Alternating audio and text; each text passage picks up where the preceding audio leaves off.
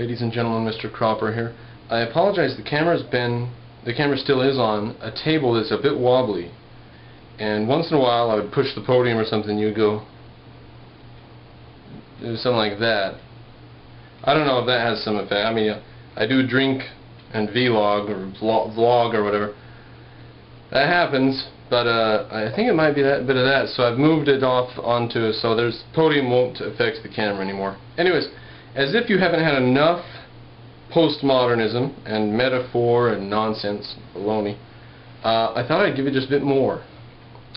So go and watch, if you are interested in where I get these quotes from, and I've got a few minutes, we'll have to talk about this. Go and watch Charlie Rose, The Future of Architecture.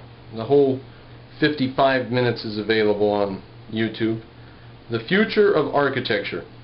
They interview architect Peter Eisenman, who designed the Center for Design and Art at the University of Cincinnati in Ohio. And they start off, look, architecture, I think the reason that it's so corrupt today is because architects have to be highly educated. They have to go to college. There's just no two ways around it. There's so much involved in architecture, so much study and stuff. So they can't escape the colleges. I think that's why the business world isn't quite so bad off, because businessmen can succeed in business without a degree, but try it in architecture. So architects are almost universally educated, which is not a good thing. Formal education in America is corrupt from head to toe. That's where I think the evil in it comes from. Now, they have a little interview with this guy at the site of the building. Just go Google it. Center for Design and Art, University of Cincinnati. Just Peter Eisenman. Google pictures him and you'll get his buildings, I'm sure.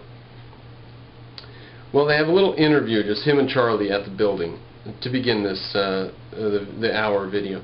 And Charlie asks him, he says, the inspiration for it is what?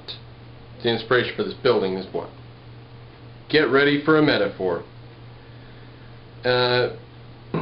Peter Eisenman replies, modern architecture was box-like. Postmodern brought in all sorts of references from history. They're standing in front of the building in question. This says that there are no references and there are no boxes. It breaks open the hierarchy. It breaks open the history. It breaks open the whole idea that architecture should tell stories. It doesn't tell a story. Okay. He asked what his inspiration for this was. And that's the answer he got. Now the question was, Charlie said, what's the inspiration for this building? And that's his answer, a flippity-floppity answer, that modern architecture was box-like and postmodern brings in references from history, and this breaks it all open. Breaks what open? And that's his answer. He's done. Well, they talk a little bit more about it. Peter says, this building is very similar to what Piranesi did with the Baroque. The Baroque had these magnificent spaces. Piranesi, around the time of the French Revolution, architect, had these magnificent spaces that were hierarchical. They told wonderful stories about the church and society. Is that right? Those big old spaces in those Baroque cathedrals told stories about the church and society? Unless he's talking about the stained glass windows, which told stories about the Bible. I don't think that's what he's talking about. I think it's a metaphor that is floating. Piranesi came along just at the time of the revolution, and he said, all of this is for naught. We've got to break it open and begin again without losing what we had. And that's just what this is. It breaks apart without losing the tradition. He says that's what his building is. It breaks apart without losing the tradition. Breaks what apart? Puts it back in together in what? It synthesizes breaks it. How does it break it? And what is it that he's breaking? Now he's said even more about this, and we still don't know what it means. You get the feeling that they won't shut up until they've got a metaphor out there that you can't understand and concretize. They'll keep blabbing until something has come out that is so stupid and so useless that you can't answer them. That's when they finally shut up. Now see, this time there's a cat involved. I'm not even touching the podium. Anyways. Now there's apparently a building by Michael Graves on the campus. And Peter Eisenman points to this building. He says, "You see Michael Graves' building over here? It's a fantastically composed facade, but the interiors don't have the kind of juice that necessarily go with the exterior." That's all I'm going to say. What's juice? What the hell is juice? He continues. "My building, on the other hand," he implies, has no facade, and the exterior is full of excitement and energy and movement, etc. He says one or two unrelated things and continues. It's just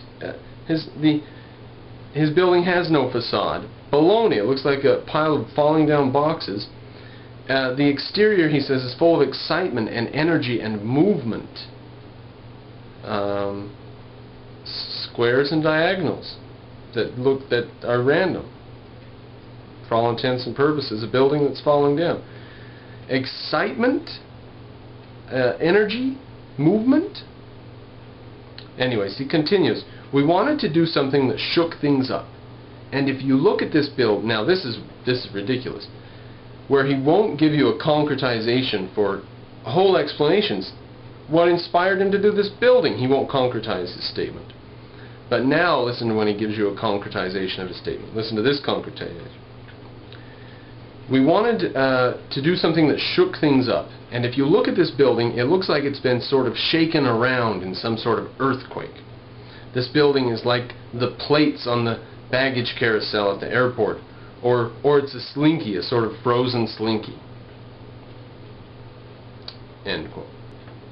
That's what you get for concretization from this fellow. That's not a very good instance of concretization, if you ask me. So this building is like the plates on a baggage carousel at the airport, or it's a frozen slinky, or it looks like it's been shaken up in an earthquake. Yeah, $35 million. Fantastic statement. Great. Anyways, he continues. What this building tries to do, it tries to bring the body back into the mind-eye relationship. He says just before this some equivocal nonsense about the media has divorced our body from the eye and from the mind because we're always sitting watching things happen, we're not doing.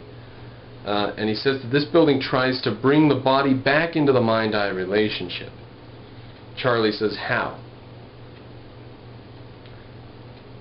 Silly, naive Charlie. He's not a postmodernist, and he doesn't realize that these are not to be concretized. But he asks, naively, for an explanation. Peter, who doesn't know what he's doing either, tries to give him an explanation. He says, quote, "Because you're constantly being thrown off your guard. You brush up against things. Things are too small, they're too narrow, they're too wide. You feel a sense of your body in the space. And also, the building frames and reframes the body and activity in motion."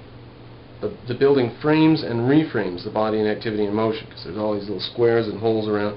You can see someone walking, you see a glimpse of them, and then they disappear, and it's framing motion. And this is all before 7 minutes of the video have gone by. You're already this deep into metaphor that you can't touch, you can't do anything with it. 7 minutes.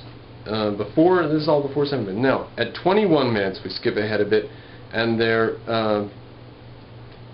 they have a bit of a panel going on inside this crazy little building, this crazy big building, in the silliest, misshapen room.